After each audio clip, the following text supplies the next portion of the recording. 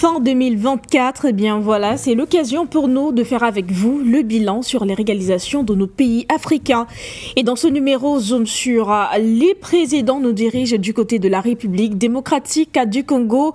Dans ce pays, dirigé notamment par le président de la République, Félix Antoine Tshisekedi, malgré les secousses de l'économie mondiale et même les tensions géopolitiques, eh bien, ce pays a fait preuve d'un courage exceptionnel et bien sûr a su s'adapter avec succès aux réalités contemporaines. Alors prenons déjà l'aspect économique.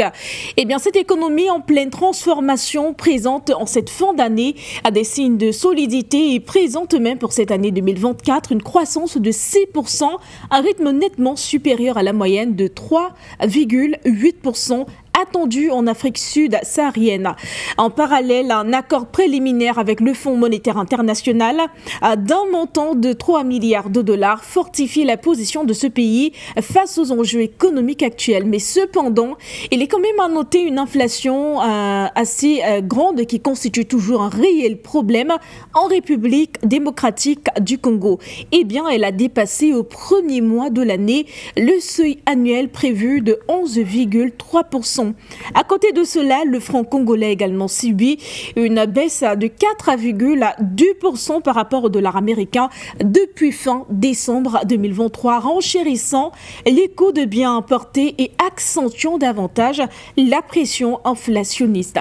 Et bien pour soutenir leur croissance économique, le gouvernement du président Félix Antoine Tshisekedi a su s'adapter et dans le cadre microéconomique et améliorer l'environnement des affaires et mobiliser les financements et des conditions plus favorables, ce qui a d'ailleurs permis au Trésor public de financer des projets structurants.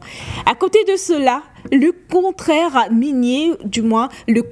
minier signé avec l'entreprise chinoise a débloqué ses fonds pour entreprendre d'urgence les travaux de voirie de la ville de Kinshasa dans la construction de recadre la route Mbudi, aéroport de Ndili via Kimwenza et Ndili Mbrazi ainsi que plusieurs routes internationales.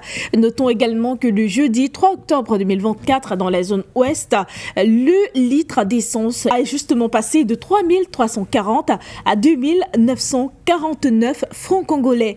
Au cœur de tout développement, notons que le secteur agricole joue également un rôle central. Et pour ce faire, le président de la République, Félix Antoine Tshisekedi, a décidé en 2024 de faire de l'agriculture le levier d'une croissance inclusive et surtout durable. Et dans le secteur agricole, de nombreux efforts sont à noter, aussi bien dans la pêche que dans l'élevage. Eh bien, s'agissant ici de l'agriculture, des agriculteurs ont pu bénéficier, entre autres, de 350 tracteurs pour la mécanisation et d'1,5 million de lots de matériel et 5 millions de tonnes de semences, de 300 ou du moins de 37 millions de mètres linéaires de boutures de manioc, de 500 tonnes de fertilisants minéraux et bien d'autres.